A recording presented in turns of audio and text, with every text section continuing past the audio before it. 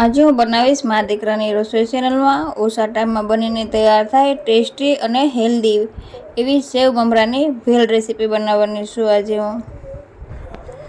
જો નજીકથી બતાવી દઉં છું, જો જોઈને જ તે આ ચટપટી ને ટેસ્ટી ભેળ ખાવાનું મન થાય એવી આ ભેળ રેસીપી છે. ચાલો આપણે ભેળની રેસીપી જોઈ લેવી. તો મેં લીધો છે લીલી ચટણી, ટામેટા સોસ, મમરા, લીલા ધાણા, સેવ, દાળ, ગરમ મસાલો અને ચાટ મસાલો મિક્સ કરો, ટામેટા, કાંદા ને તીખી લીલી મરચી. તો ચાલો એક મોટું બાઉલ લઈ લેવી અને હવે આપણે એમાં નાખી દઈશું ઝીણા કાપેલા કાંદા. હવે આપણે નાખીશું એક ઝીણો કાપેલું ટામેટું. હવે આપણે નાખીશું તીખી તળેલી દાળ. દાળ મેં રેડીમેડ લીધેલી છે. તીખી મરચી, આખું જીરું. આપણે નાખીશું ધાણા જીરું, ચપટી હળદર, ચપટી લાલ મરચું, નમક સ્વાદ પ્રમાણે.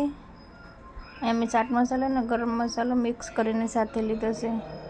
આપણે નાખી દઈશું સેવ, મમરા. આમે અડધી વાટકી ઉપર લીધું છે. અને હવે નાખી દઈશું આપણે લીલી ચટણી.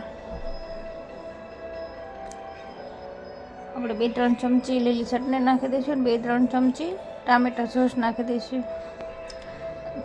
સોસ ને ચટણી આપણે જે પ્રમાણે નાખવું હોય વધારે ઓછું પ્રમાણે નાખી એકવી આપણે. હવે આપણે નાખી દઈશું લીલા ધાણા. હવે આપણે બધું સારી રીતે મિક્સ કરી લઈશું.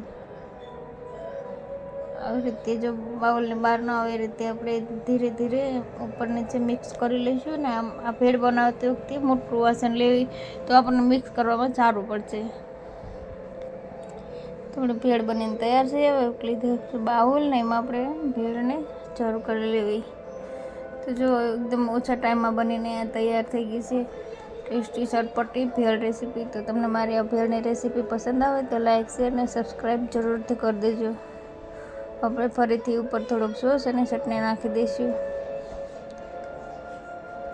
તો જુઓ કેટલા એકદમ ઓછા ટાઈમમાં બનીને તૈયાર થઈ છે. તમને મારી આ રેસીપી પસંદ આવે તો એકવાર ટ્રાય જરૂરથી કરજો અને મારી ચેનલને સબસ્ક્રાઈબ કરવાનું ભૂલતા નહીં. મારા દીકરાની રસોઈ ચેનલને આ ભેળ હું મારા બાળકોને ટિફિનમાં બનાવીને પણ આપું છું અને સ્કૂલથી ઘરે આવે ને ત્યારે પણ હું એને આ ભેળ બનાવીને આપું છું.